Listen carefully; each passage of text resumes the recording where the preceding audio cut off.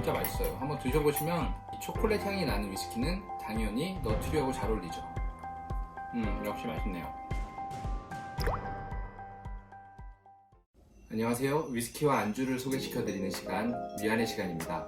오늘은 하일랜드 위스키인 글렌모렌지에 대해서 소개하려고 합니다. 글렌모렌지 증류소 같은 경우는 설립 역사가 좀 특이한데요. 1700년대부터 레모네이드와 맥주를 만들던 증류소를 1843년에 인수하면서 이 진을 증류하는 긴 증류기를 중고로 구매해서 사용하게 됐는데요. 그게 지금까지 이어져 오면서 현재까지도 스코틀랜드에서 가장 기다란 증류기를 사용하는 증류소입니다. 그리고 이 증류소 같은 경우는 세 가지 특징을 갖고 있는데요. 첫 번째는 물입니다. 보통의 스코틀랜드 위스키 같은 경우는 무기 미네랄이 별로 포함되지 않은 연수를 사용합니다. 그래서 부드러운 맛을 내는데요. 글렌모렌지 같은 경우는 주요 소연지가 이 증류소 근처에 있는 탈로지샘인데요. 이 탈로지샘 같은 경우는 약 100년 동안 빗물이 서서히 여러가지 무기물질들을 거치면서 모인 샘이기 때문에 굉장히 풍부한 무기 미네랄을 보유하고 있는 경수입니다. 이 경수가 자칫 잘못하면 딱딱한 느낌을 줄 수 있는데 이 글렌모렌지의 증류소 특징인 이 기다란 증류기 때문에 이 보리를 발효해서 만든 그 워시액이 증류되는데 상당한 시간이 소요되고 또 가벼운 워시액만 증류에 성공하기 때문에 오히려 더 부드러운 맛을 낼 수 있습니다. 워시액을 46,000리터 정도 증류를 해도 스피릿이 5,000리터 정도밖에 안 나오는 이런 특징을 갖고 있습니다. 두 번째 특징은 오크통에 있습니다. 글렌모렌지 증류소는 독특하게 미국에서 생산된 버번 오크통을 1차적으로 버번 위스키를 숙성시키는 데 사용을 하고요. 그걸 다시 분해해서 스코틀랜드로 가져와서 재조립해서 글렌모렌지의 스피릿을 숙성시키는 방식을 사용하고 있습니다. 그리고 그 캐스크는 2회 넘게 재사용을 하지 않는다고 합니다. 마지막으로 이 글렌모렌지 증류소의 가장 큰 특징은 다양한 도전을 한다는 것인데요. 캐스크 스트렝스라는 개념도 글렌모렌지 증류소가 처음 만들어낸 개념이라고 합니다.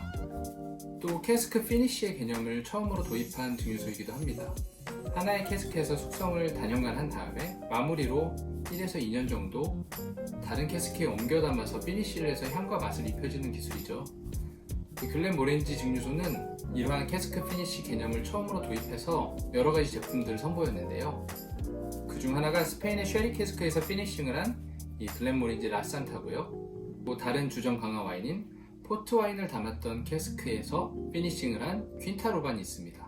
그리고 지금 제가 소개시켜드리진 않을 텐데 넥타도르라는 소테르 캐스크에서 피니싱을 한 제품이 하나 더 있습니다. 저는 개인적으로 쉐리 캐스크에서 숙성한 위스키를 굉장히 좋아합니다.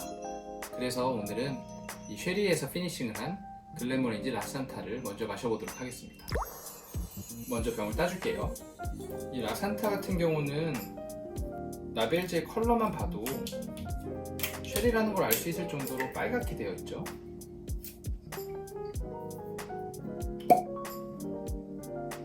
쉐리 향이 나네요. 따라주도록 하겠습니다.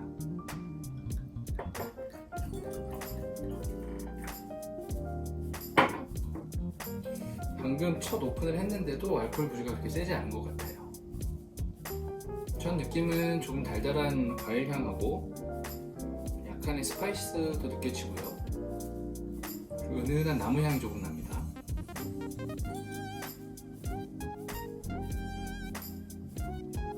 쉐리 캐스크라서 그런지 확실히 과일 향이 조금 나고요. 단맛은 생각보다 그렇게 강하진 않은 것 같아요. 단맛이 확 차오르는 느낌은 아니고요. 약간의 시트러스함도 있는 것 같고 나무 향도 은은히 있고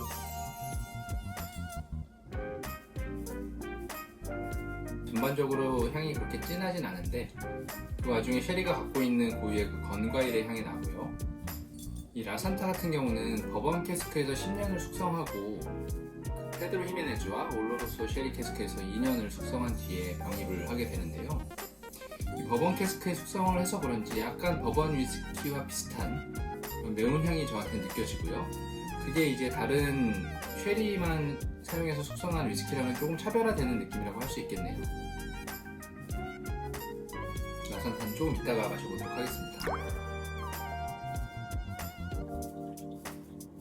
다음으로는 퀸타 로반인데요. 퀸타르반 같은 경우는 12년 숙성도 있어요. 제가 준비한 건 14년 숙성인데요.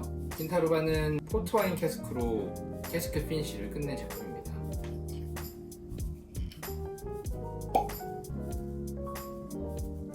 향이 확실히 다릅니다.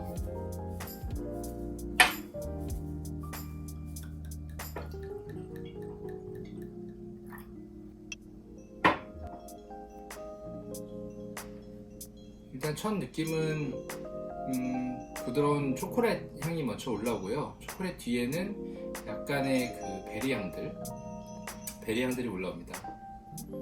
그리고 와인 캐스크에 담아서 그런지 포도향도 올라오고요. 깔끔하네요. 맛이 깔끔한데 입에 처음 들어갔을 때는 뭐 과하지 않은 그런 달다고 하기보다는 그 초콜릿이 주는 쌉싸름한 맛이 좀 있고요. 베리류의 특징이 잘 느껴집니다. 그리고 지금 먼저 먹었던 라산타 대비해서는 약간 찌르는 게 있어요. 이게 뭐 단순 알코올 부주인지 아니면은 퀸타르반이 갖는 특징인지는 잘 모르겠습니다만 목에 넘어갈 때 한번 탁 치는 느낌이 있습니다.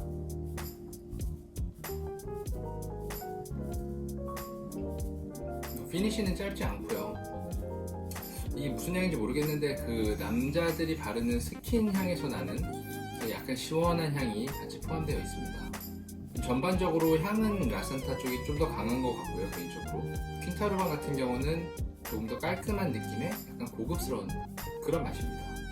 이제 맛을 보았으니 안주를 준비해서 같이 페어링을 해보도록 하겠습니다. 오늘 안주로는 하몽을 준비했는데요. 하몽이 있어서 하몽을 먹어보려고 했더니 메론이 없었어요. 근데 뭐 이런 경우가 여러분들도 가끔 있으실 것 같은데 하몽은 메론에 얹어 먹어야 맛있는 거 모두가 알고 있죠. 하지만 이 메론이 없을 때는 대체제로 절인 파인애플도 괜찮습니다. 그래서 오늘 저도 뭐 메론을 지금 당장 구하기가 좀 어려워서 편의점에 있는 파인애플 통조림을 하나 사왔고요. 그래서 여러분들도 하몽이 먹고 싶은데 메론이 없다 이럴 때는 파인애플 한번 활용해보는 것도 좋을 것 같습니다. 이 라산타와 퀸타르반을 보면 지금 딱 육안으로만 봐도 라산타보다는 퀸타르반이 훨씬 더 색이 진해 보여요. 그게 아마 숙성 연수가 2년 더 차이 나는 것에서 오는 걸 수도 있고 아니면 그 캐스크에서 오는 차이일 수도 있을 것 같아요. 쉐리 캐스크와 포트와인 캐스크가 뭔가 색깔의 차이를 준다든지 이런 여러 가지가 복합적으로 작용을 해서 지금 딱 육안으로 보기에도 컬러 차이가 상당히 나는 걸 알 수 있습니다. 여러분 느껴지실지 모르겠네요. 제가 지금 보기에는 컬러 차이가 상당히 많이 납니다. 향이 많이 부드러워진 것 같습니다. 아까는 라산타에 비해서 퀸타르반이 굉장히 콕 찌르는 맛이 있었는데 지금은 훨씬 더 부드러워진 것 같고요. 도수는 46도인데 그래서 그런지 이 레그가 뭐 빨리 떨어지지는 않는 것 같아요. 천천히 떨어집니다.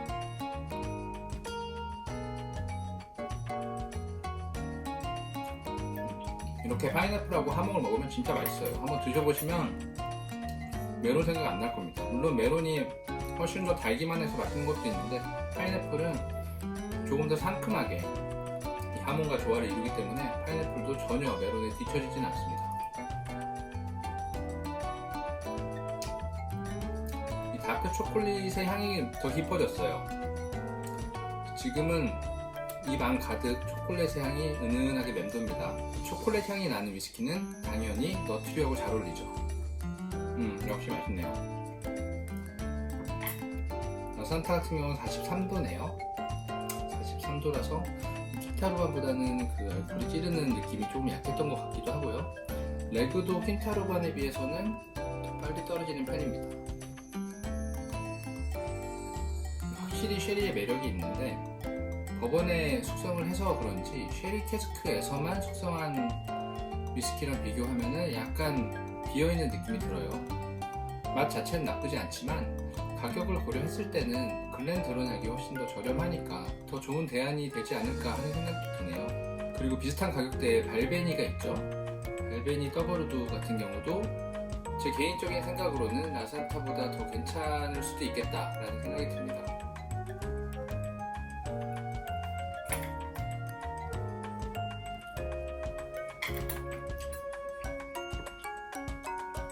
물론 이게 라산타가 매력이 없다는 말이 아니라 라산타도 충분히 괜찮지만 비슷한 가격대에 더 괜찮은, 더 맛있고 더 저렴한 위스키가 있다면 굳이 이걸 선택할 필요가 있을까 하는 생각도 개인적으로는 들었습니다. 근데 여러분들이 드셔보시면 다를 수도 있어요. 이건 뭐 개인의 취향이니까 제 의견은 그냥 참고만 해주시면 감사하겠습니다.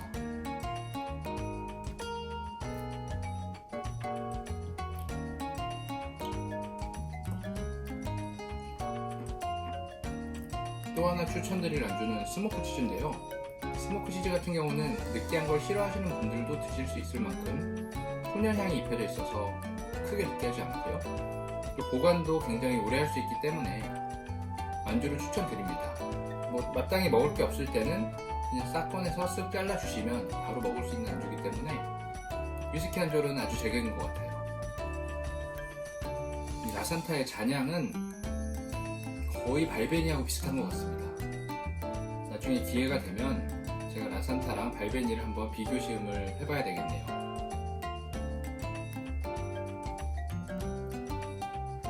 처음엔 제가 쉐리를 좋아하다 보니까 이 라산타가 훨씬 더 괜찮다고 느꼈었는데 시간이 지날수록 퀸타로반이 더 괜찮게 느껴지는 것 같아요. 이 초콜릿 향이 굉장히 매력적이네요. 이 초콜릿과 베리가 섞인 향이 베리가 들어간 초콜릿 있잖아요. 초콜릿 안에 라즈베리가 들어가 있다거나 블루베리가 들어가 있다거나 이런 초콜릿의 향과 굉장히 흡사하면서 아주 매력적인 향을 뽐내고 있습니다.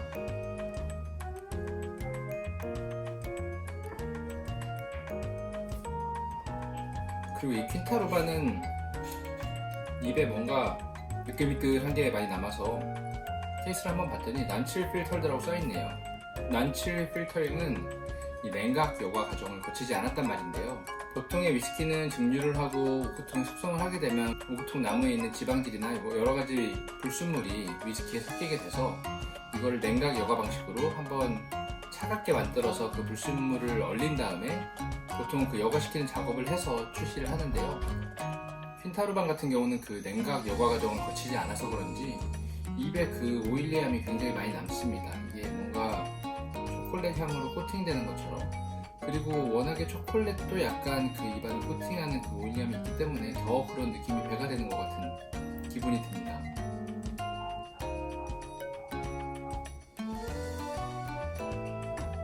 지금은 목으로 넘어갈 때 전혀 부담스럽지 않게 에어링이 어느 정도 되었는지 굉장히 부드럽게 넘어가네요. 그리고 초콜릿의 향과 그 베리의 프로티함이 적당히 나오는 게 굉장히 매력적인 것 같습니다. 시작에는 라산타가 더 좋았다면 끝으로 갈수록 퀸타로반이 더 마음에 드는 그런 느낌입니다. 그럼 두 가지 다 맛봤으니까 오늘의 영상은 여기까지 하고요. 그리고 다음에는 이 글렌모렌지 증류소에 나온 다른 위스키들을 한번 리뷰할 수 있는 기회가 있었으면 좋겠네요. 그럼 영상은 여기서 마치겠습니다. 다들 즐거운 위스키 생활 되세요.